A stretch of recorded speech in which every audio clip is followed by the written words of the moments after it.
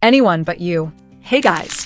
In this film we see two hateful strangers who go for a wild adventure, but what happens when sparks fly and hate turns into undeniable chemistry? Bea rushed into a cozy cafe, desperately needing the bathroom. Unfortunately, the server blocked her way, insisting she buy something first. Flustered, Bea grabbed a slice of bread off the menu but was told she needed to pay up front. With no time to stand in line, a charming stranger named Ben swooped in and saved the day. He smiled at the server and said, "She's my wife, actually, and I'll pay."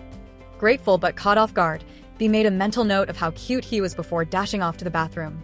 As she washed her hands, feeling victorious, she accidentally splashed water all over her pants. Mortified, she frantically tried to dry them with the hand dryer. Ben, concerned, knocked and asked if she was okay. Bea, blushing, quickly assured him she was fine. After her bathroom adventure, Bea returned to Ben, still flustered but thankful. They chatted for a while, and when it was time to go, Ben asked for her number.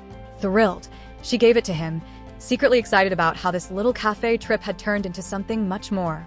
Their first date? A casual walk in the park. Bea gushed about how she'd done gymnastics for 5 years, and Ben revealed he was a traitor. They clicked instantly, and before she knew it, Bea found herself at Ben's apartment, talking and laughing until the wee hours. The next morning, Bea woke up wrapped in Ben's arms, smiling at how quickly she had fallen for him. Not wanting to make things awkward, she slipped out of bed quietly, but Ben noticed her leaving without saying goodbye. It stung a little, but he shrugged it off. Later that day, as Bea excitedly recounted her night with Ben to her friend over the phone, she overheard something unexpected. Ben, in conversation with his buddy Pete, referred to her as a bit of a disaster. Ouch. 6 months later, their lives had drifted apart.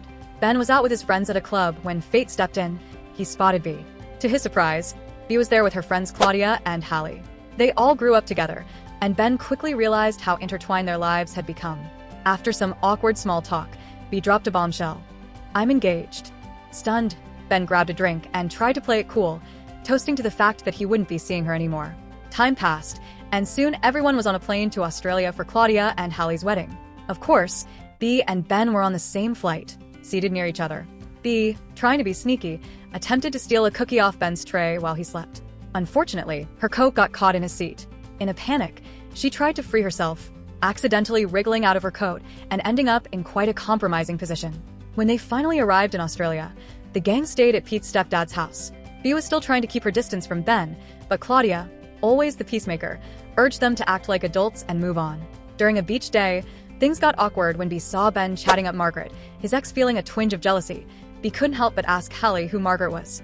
Hallie, always too honest, filled Bea in on Ben's romantic past with her. Later, Bea's parents arrived in Australia, excited to see their daughter. Bea, now in full denial mode about Ben, tried to focus on her law school woes, only to find out she had been withdrawn from the program. Adding to the tension, Bea's dad casually asked about her ex-boyfriend Jonathan, much to her frustration. The night before the wedding, things got chaotic. A fire broke out during a game where Ben and Bea were teamed up, thanks to an argument over an object they were guessing. In a heroic twist, Margaret managed to put out the fire by throwing her clothes on the flames, saving the day but escalating the tension between Bea and Ben. The next morning, Claudia's friends and Pete's family decided to take matters into their own hands. They concocted a plan to push Bea and Ben back together, but their scheming was obvious.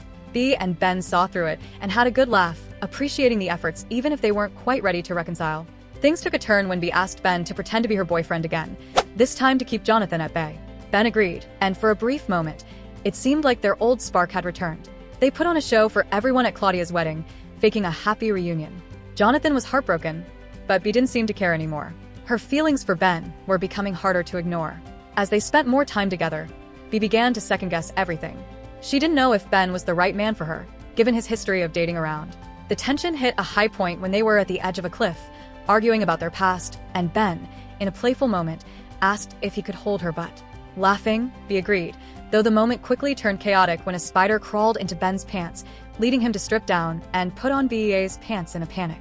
Back at the house, Bea's dad was trying to jump into the pool, but failing miserably. Ben, ever the gentleman, stepped in to help, and Bea watched from a distance, her heart softening as she saw a side of Ben she hadn't noticed before. Their fake relationship was starting to feel a little too real. As the wedding day arrived, things took a dramatic turn.